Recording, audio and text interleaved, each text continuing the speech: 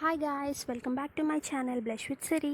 మీరు కనుక first time నా ఛానల్ విజిట్ చేస్తున్నట్టయితే తప్పకుండా సబ్స్క్రైబ్ చేసుకోండి. ఇంకా పక్కన ఉన్న బెల్ బటన్ని కూడా క్లిక్ చేయండి. నేను ఎప్పుడు వీడియో అప్లోడ్ చేసినా మీకు నోటిఫికేషన్ వచ్చేస్తుంది. స్వీట్ షాప్లో దొరికే ఘీ మైసూర్ పాక్ ఇంట్లోనే చాలా ఈజీగా అండ్ ఎంతో టేస్టీగా ఎలా ప్రిపేర్ చేసుకోవచ్చో ఈ వీడియోలో నేను మీతో షేర్ చేసుకుంటున్నాను.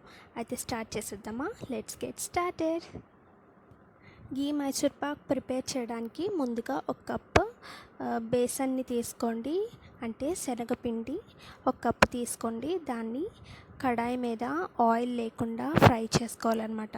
ఇలాగా డ్రై రోస్ట్ చేసుకుంటే శనగపిండిలో పచ్చివాసన పోయి ఇంకా టేస్ట్ కూడా చాలా బాగుంటుంది. అండ్ డ్రై రోస్ట్ చేస్తున్నప్పుడు స్టవ్ ఎప్పుడు మీడియం ఫ్లేమ్లో కానీ సిమ్లో కానీ పెట్టుకుని డ్రై రోస్ట్ చేసుకోవాలి. హై ఫ్లేమ్లో కనుక పెట్టుకున్నట్టయితే మళ్ళీ బేసన్ మాడిపోతే టేస్ట్ మారిపోతుంది అండ్ దాని టెక్స్చర్ కూడా మారిపోతుంది అన్నమాట. శనగపిండి పచ్చివాసన పోయి మంచి సువాసన వస్తుంది అండ్ తర్వాత కలర్ కూడా మారుతుందన్నమాట. అప్పుడే ఇది కొంచెం రోస్ట్ అయిందని చెప్పి మనకి తెలుస్తుంది. అంతవరకు కూడా మీరు ఇలాగా సిమ్లో కానీ మీడియం ఫ్లేమ్లో కానీ పెట్టుకొని రోస్ట్ చేసుకుంటూ ఉండాలి.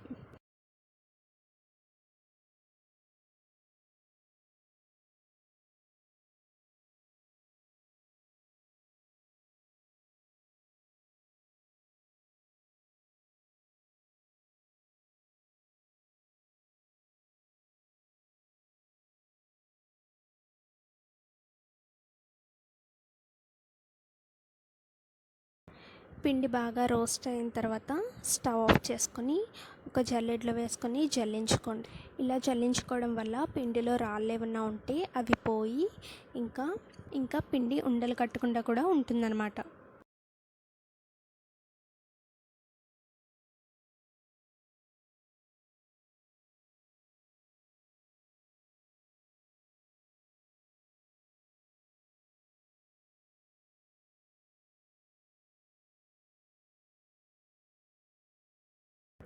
పిండి అంతా కూడా ఇలా బాగా చల్లించుకున్న తర్వాత ఇప్పుడు ఇంకో స్టవ్ ఆన్ చేసుకొని పాకం పెట్టుకోవాలండి. అండ్ పాకం కూడా తీగ పాకం ప్రిపేర్ చేసుకోవాలన్నమాట మైసూర్ పాక్కి. అండ్ తీగ పాకం రావడం కోసం ఒక కప్పు షుగర్కి హాఫ్ కప్ వాటర్ యాడ్ చేసుకోవాలన్నమాట. యాడ్ చేసుకొని దీన్ని బాగా కలుపుకోవాలి.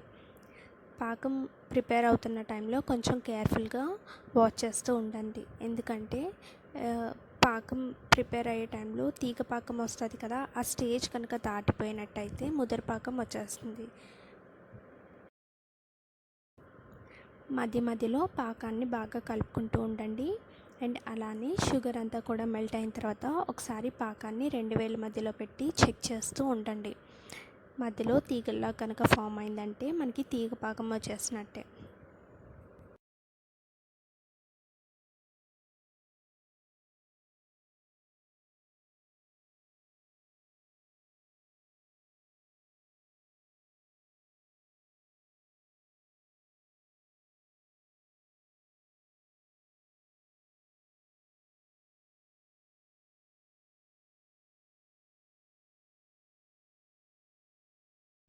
మనం డ్రై రోస్ట్ చేసిన శనగపిండి ఉంది కదండి, దానిలో కొంచెం నెయ్యిని యాడ్ చేసుకుంటూ కలుపుకుంటూ ఉండాలన్నమాట. ఇక్కడ మనం వాటర్ కాకుండా నెయ్యితోనే మనం పిండి మొత్తాన్ని కలుపుకుంటున్నాను. నెయ్యిని కొంచెం కొంచెం యాడ్ చేస్తూ కలుపుకుంటూ ఉండాలి. అండ్ ఈ పిండి మరీ జారుగా అవ్వకూడదు అండ్ అలా అని మరీ టైట్గా ఉండకూడదు అనమాట.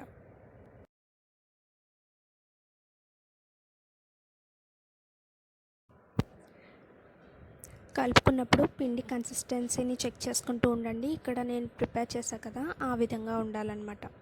అలానే ఒకసారి పాకంని కలుపుకున్న తర్వాత ఇప్పుడు మనం కలుపుకున్న పిండిని దీనిలో యాడ్ చేసుకోవాలన్నమాట.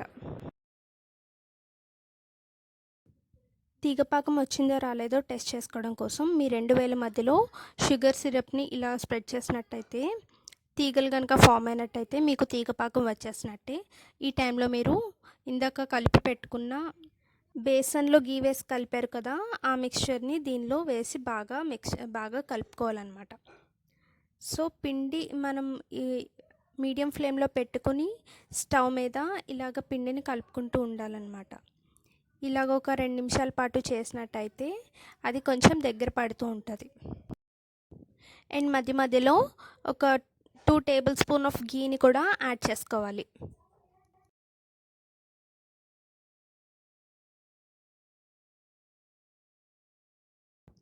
పిండి పాకంలో వేసిన తర్వాత మనం కంటిన్యూస్గా అలా స్టిర్ చేస్తూనే ఉండాలి.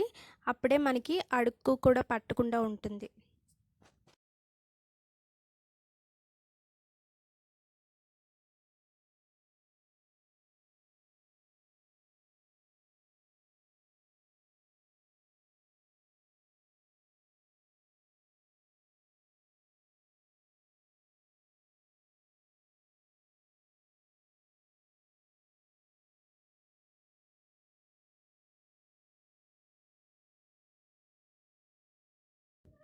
చూసారు కదా, పిండి కొంచెం దగ్గర పడడం స్టార్ట్ అయింది. ఇప్పుడు ఒక ప్లెయిన్ బౌల్ తీసుకొని దానికి అన్ని వైపులా బటర్ కానీ గీ కానీ అప్లై చేయండి.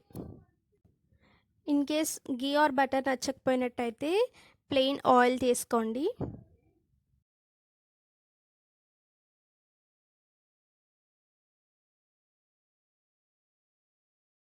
చూసారు కదా, ఈ విధంగా పిండి మొత్తంగా దగ్గర పడిన తర్వాత స్టవ్ ఆఫ్ చేసుకొని ఒక బౌల్లోకి ట్రాన్స్ఫర్ చేసుకోవాలన్నమాట.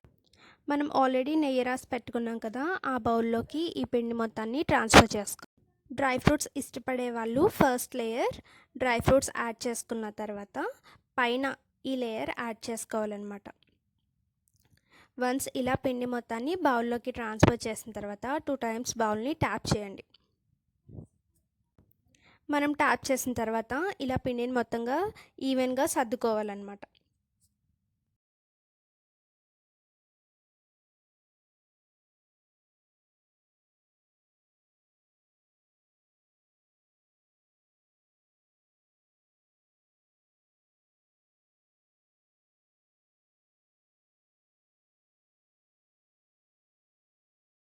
ఇలా ఈవెన్గా సెట్ చేసుకున్న తర్వాత ఈ బౌల్ని 10 నిమిషాలు రూమ్ టెంపరేచర్లోనే ఉంచుకోవాలి. ఇలా ఉంచుకోవడం వల్ల పిండి కొంచెం గట్టిపడి మనం కట్ చేయడానికి వీలుగా ఉంటుందన్నమాట. ఇప్పుడు ఒక నైఫ్ తీసుకొని మనకు కావాల్సిన సైజులో కట్ చేసుకోవాలి. బౌల్లోనే ఉంచి కట్ చేసుకోవడం వల్ల ఈజీగా మనం రిమూవ్ చేసుకోవడానికి అవుతుందన్నమాట. ఇలా మనకి నచ్చిన సైజులో కట్ చేసుకున్న తర్వాత బౌల్ని ఇలా రివర్స్ చేసి ట్యాప్ చేయండి. ఇలా ట్యాప్ చేసినప్పుడు ఈజీగా పీసెస్ అన్నవి సపరేట్ అయిపోయి ప్లేట్లోకి పడిపోతాయి అన్నమాట. సో ఇలా సపరేట్ అయిపోయిన తర్వాత మీరు బౌల్లోకి సర్వింగ్ చేసుకోవచ్చు అనమాట. సో చూసారు కదా, ఈ వీడియో కనుక మీకు నచ్చినట్లయితే తప్పకుండా మీరు కూడా ఇంట్లో ట్రై చేసి చూడండి. స్వీట్ షాప్ స్టైల్లోనే చాలా ఈజీగా ఎంతో టేస్టీగా మనమే ఇంట్లో ప్రిపేర్ చేసుకోవచ్చు. అండ్ నాతో కమెంట్ సెక్షన్లో కూడా షేర్ చేసుకోవడం అస్సలు మర్చిపోవద్దు. ఏమన్నా రిక్వెస్టెడ్ వీడియోస్ ఉన్నా కూడా కింద కమెంట్ బాక్స్లో మెసేజ్ చేయండి, నేను తప్పకుండా ట్రై చేస్తాను.